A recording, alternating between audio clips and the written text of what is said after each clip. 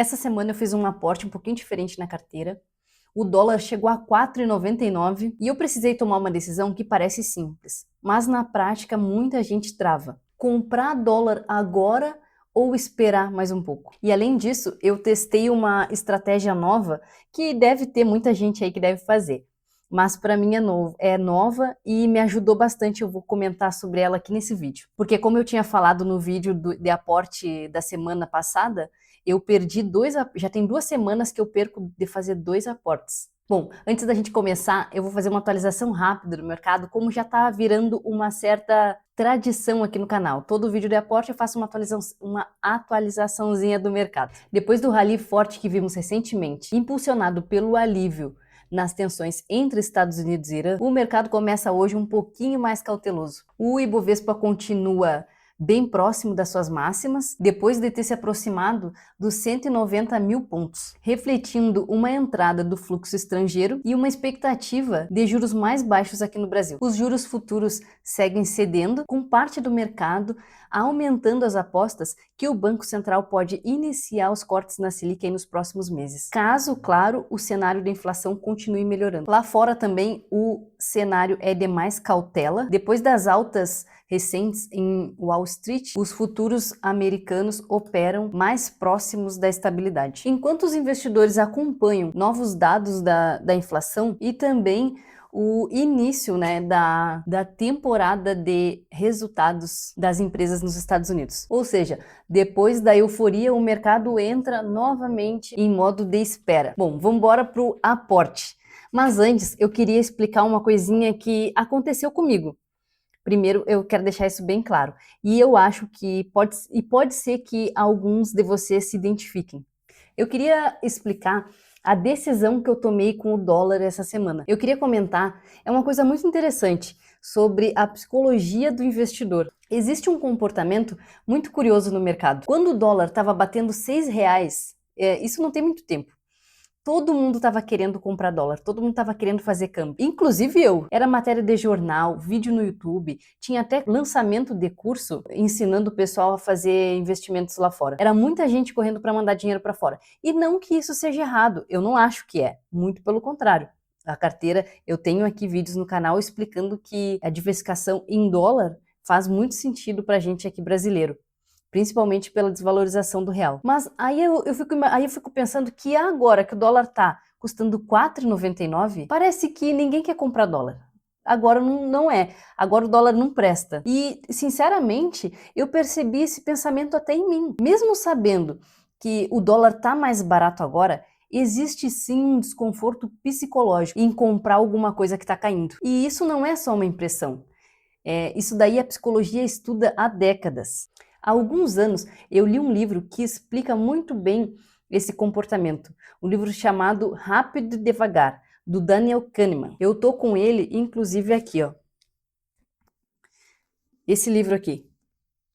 Depois eu posso deixar ele na descrição.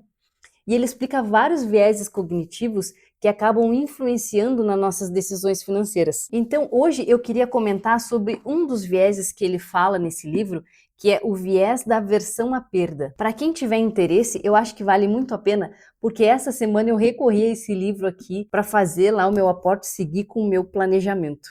Bom, e como eu tinha falado, um dos principais vieses que ele comenta, que eu acho que desajustou aqui,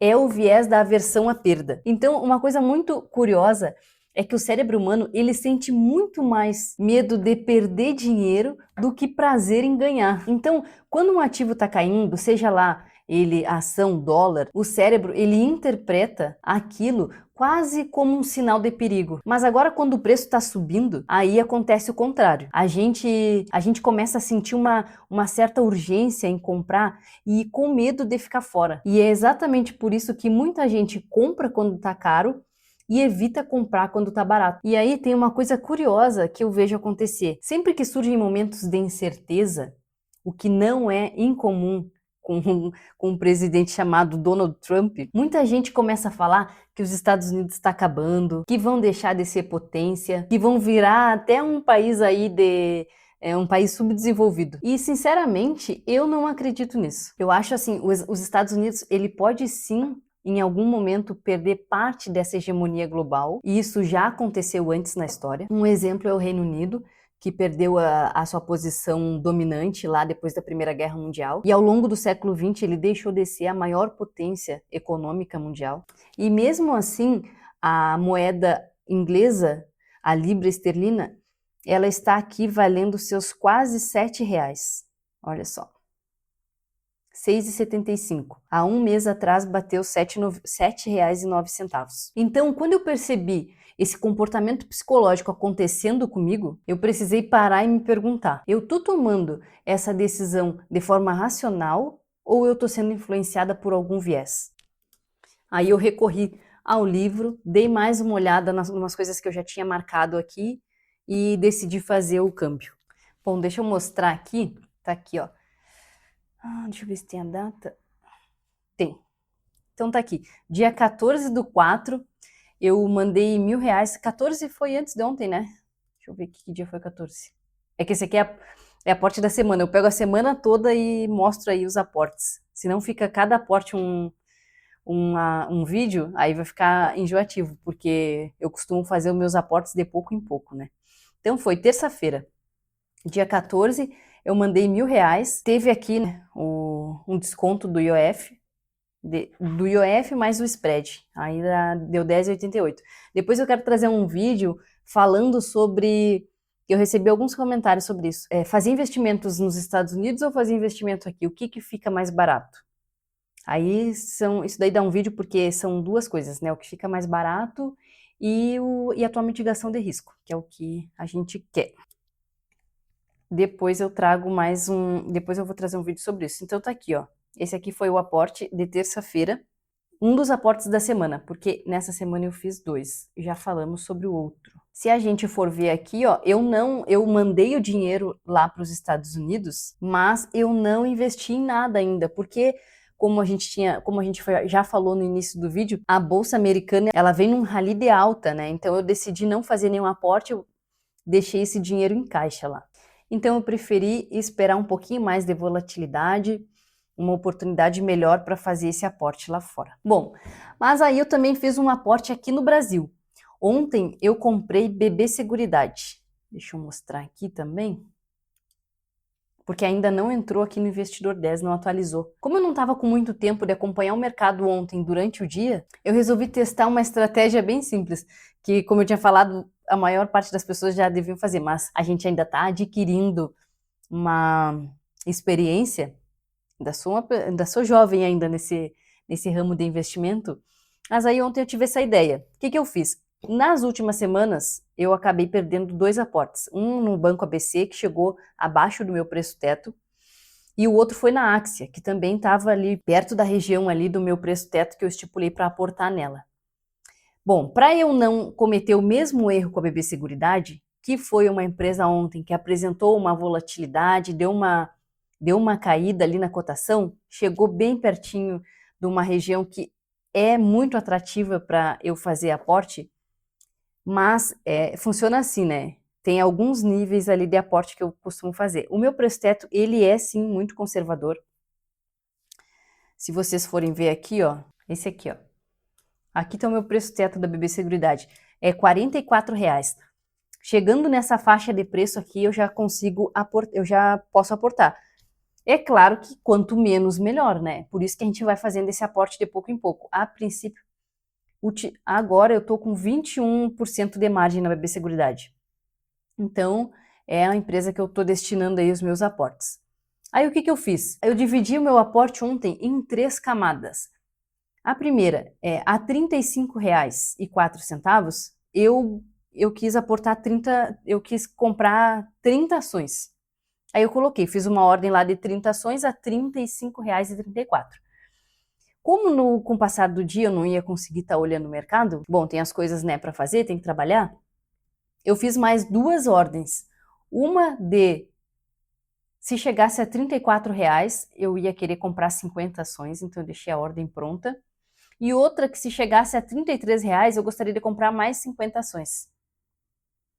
E aí deixei. Chegou? Não, não chegou. Fiz uma só. Então, eu fiz só esse aporte aqui de 30 ações da BB Seguridade. A gente chega ao número de... Deixa eu ver aqui. A gente está com 500 ações, a 530 ações da BB Seguridade. Então, eu tenho a meta de chegar a 100 ações esse ano. 100 ações não, desculpa. A 1000 ações esse ano na BB Seguridade.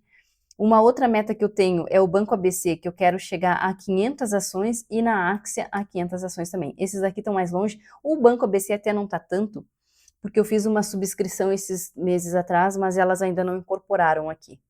Elas estão lá ainda com finalzinho, com ticket 10. Bom, eu usei aquela estratégia da escadinha, né? Eu deixei lá uma escadinha de compras. Se alguém aí também gostar e isso daí puder ajudar, tá aí a dica. Pessoal, eu só queria falar antes de ir para o encerramento do vídeo sobre isso aqui, ó. Ibovespa, não é sobre isso. Também aqui é quem tem BB Seguridade, eles acabaram de divulgar, ontem eles divulgaram um comunicado ao mercado, avisando que daqui a um mês, mais ou menos, no dia 5/5, eles vão divulgar o primeiro relatório trimestral de resultados. Então tá aí, para quem tem BB Seguridade, já prepara para estudar o relatório assim que ele for divulgado mês que vem, já vai colocando na agenda aí. A segunda coisa que eu queria falar é sobre isso aqui, ó. BB Seguridade decepciona em fevereiro e JP Morgan aposta em queda de 9%. Bom, era isso aqui que eu queria mostrar para vocês, ó. Além do JP Morgan, o Itaú e o Banco Safra, e tem mais alguns analistas que recomendam a venda da BB Seguridade. Isso devido à queda nos lucros aí na emissão de prêmios e outras coisas. E o que eu acho que nós, investidores de longo prazo, devemos fazer em relação a todas essas notícias? No meu caso, eu só agradeço, porque assim a ação ela fica mais barata e eu consigo aportar. Eu quero mais é que o JP Morgan recomende sim a venda da BB Seguridade.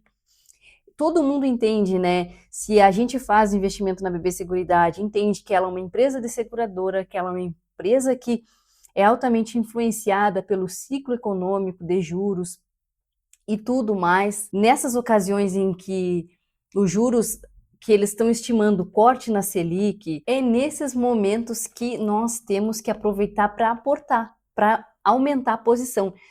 Então é isso que eu queria falar aqui no vídeo, né? Eu vi algumas notícias há alguns anos atrás, eu acho que foi em 2023, que o JP Morgan também classificou a BB Seguridade como venda, apostando que ela ia muito mal e ela só performou depois de lá. E isso não quer dizer aqui que vai acontecer, né?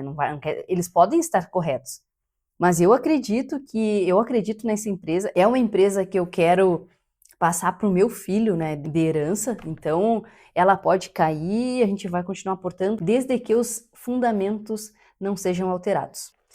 Então, investir para longo prazo, na minha visão, é isso. É simplesmente seguir o nosso plano que a gente determinou. Não é tentar acertar o fundo, nem evitar o topo. A gente não vai ter como prever esse tipo de coisa. É simplesmente seguir o plano, seguir o que está previsto, aportar com consistência e aproveitar as oportunidades quando elas aparecem. Para o vídeo de hoje foi isso. Eu espero vocês no próximo. Quem acompanhou até aqui, deixa um like, se inscreve no canal e um beijo. Até o próximo vídeo. Tchau, tchau.